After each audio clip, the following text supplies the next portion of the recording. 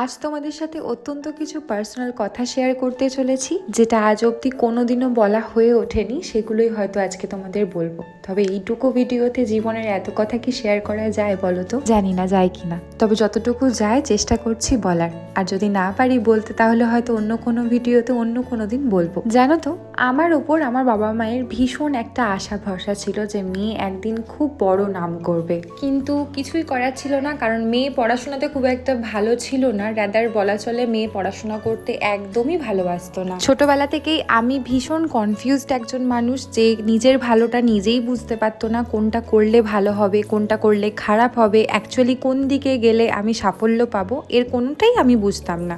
সাফল্য পাওয়ার আগেই নিজের পছন্দে বিয়ে করে নিলাম, এবং কিছু বছর পর বুঝতে পারলাম জীবনে সাফল্যটা ভীষণ দরকার। এখানে সাফল্য বলতে আমি টাকাকে বুঝিয়েছি, কারণ আমার কাছে সাফল্য মানে হলো টাকা। যার কাছে টাকা আছে সে সফল। মোট কথা, একটা বয়সের পর গিয়ে বুঝতে পারলাম জীবনে টাকার কতটা ইম্পর্টেন্স আছে। আই রিপিট, নিজের টাকা। শুরু করলাম ইউটিউবে ভিডিও বানানো। প্রথমে আমি কমেডি ভিডিও বানাতাম, বাট কমেডি ভিডিও বানাতে আর ভালোও লাগলো না, আর সেই সময় খুব একটা সাবস্ক্রাইবার বাড়ছিলও না। নিজের হাতের কাছে যে ফোনটা ছিল সেটা দিয়েই আবার নতুন করে শুরু করলাম নিজেরই ছোট্ট একটা প্যাশনকে নিয়ে। ঘর গোছানো, ঘর সাজানো, রান্না বান্না, সংসার করা। সংসারটাও আমার একটা প্যাশন বলতে পারো, এবং সেটা করেও টুকটাক আমি সফলতা পাচ্ছিলাম ইউটিউবে। তখন অবধি ফেসবুকে আমার কোনো রকম ভিডিও ছাড়া হয়নি।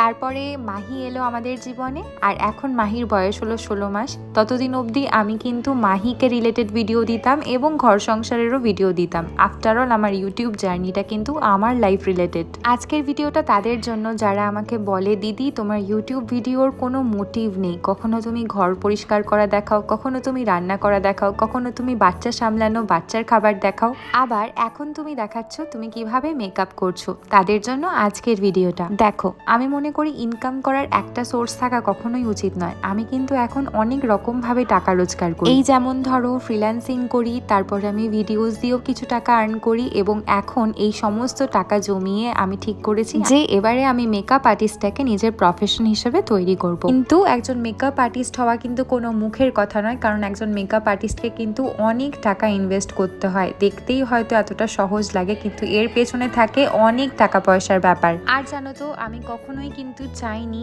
যে নিজের টাকা বাদ দিয়ে অন্য কারোর টাকা নিয়ে আমি সফলতা অর্জন করব। আমি সবসময় চেয়েছিলাম যা করব নিজের টাকাতেই করব। তাই মেকআপ আর্টিস্টের প্রফেশনটাকে এতদিন আমি সাইডে রেখেছিলাম। তবে এখন আমার সময় হয়ে গেছে মেকআপ আর্টিস্টের প্রফেশনটাকে নিজের করে নেওয়ার, আর তাই জন্য একটু একটু করে আমি নিজের স্বপ্ন পূরণের পথে এগিয়ে চলেছি। অনেক কষ্ট করেছি একটা সময়। একটু একটু করে যখন এই নিজের স্বপ্নগুলো পূরণ হতে দেখছি, আমার কিন্তু ভীষণ আনন্দ লাগছে। আমি জানি মেকআপ আর্টিস্টের পথটা এতটাও সহজ থাকবে না, অনেকটাই কঠিন হবে, তবে আমি প্রস্তুত সমস্ত কিছু অ্যাচিভ করার জন্য। তবে যতদিন না পর্যন্ত নিজের দেখা স্বপ্নগুলো পূরণ করতে পারছি, ততদিন কিন্তু আমি লড়তে থাকবো। বাবা মাকে যে কথাগুলো আমি দিয়েছিলাম, সেই কথাগুলো আমায় রাখতেই হবে। তবে এটা ভেবে আমার ভীষণ ভালো লাগে যে আমার বাবা মা এখন একটু হলেও খুশি হয় যে তাদের মেয়ে প্রত্যেক মাসে কিছু হলেও, অল্প হলেও টাকা রোজগার করছে। আমার মনে হয় প্রত্যেকটা মেয়েরই অল্প হলেও কিছু রোজগার করা উচিত। আর কি, এই তো এইভাবেই একটু একটু করে নিজের স্বপ্নের পথে আমি এগিয়ে চলেছি।